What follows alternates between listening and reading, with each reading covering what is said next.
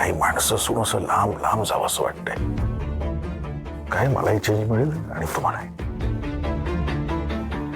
आई, मला ना तुमच्या तब्येतीची खूप काळजी वाटते.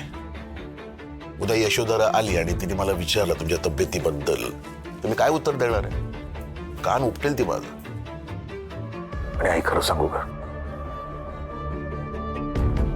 ताराच्या बाबतीत ना माझं मन गोंधळून गेलंय.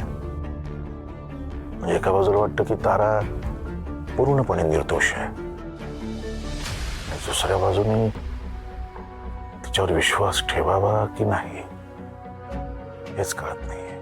म्हणूनच आपण जायचं नाही. ती निर्दोष आहे की दोषी आहे हे जाणून घेण्याची हीच वेळ आहे.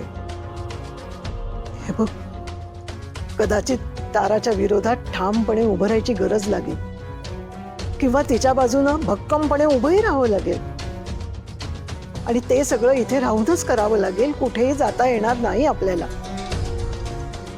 अरविंद, आपण परत ह्या संसाराच्या गाड्यात अडकलोय रे. पण श्रेयससाठी कंबर कसावीच लागेल. अरे माझं वय झालंय, पण तू काय एवढ्याच रिटायरमेंट घेतोयस? तारानं या घरात परत येणं पुढे येणाऱ्या संकटांची चाहूल आहे की काय असं वाटतंय. खूप मोठा गुंत आहे रे तो, आपल्याला इथे राहूनच सोडवावा लागेल.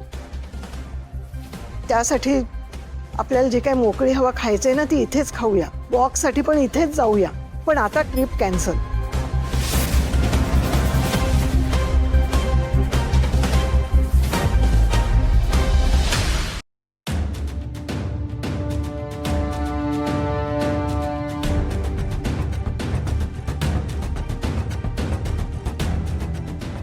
मला नकोय ती इथे, ती नाही राहू शकत. आम्ही सगळ्यांनी तुझ्यावर विश्वास ठेवला, आम्हाला गरज होती तुझी. त्याचा गैरफायदा घ्यायला नको होतास का तू? काय करते मी इथं राहून? इथं कोणी माझं बोलणं सुद्धा ऐकून घ्यायला तयार नाही. विश्वास ठेवणं तर पुढचीच गोष्ट. श्रेयसला पण आता माझी गरज नाही असं वाटतोय. प्रेम तर मावळलंच आहे मनात ना, पण नुसता राग भरलाय आता त्याच्या मनात. त्याला आता मी त्याच्या डोळ्यासमोर पण नकोय. मग का राहते मी इथं? कशासाठी? कोणासाठी?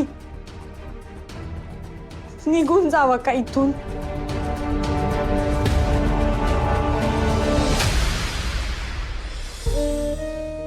अशा वेळी आजीची लई आठवण येते, पण ना पाड्यात जाऊ शकत ना गावी. तिला मी अशा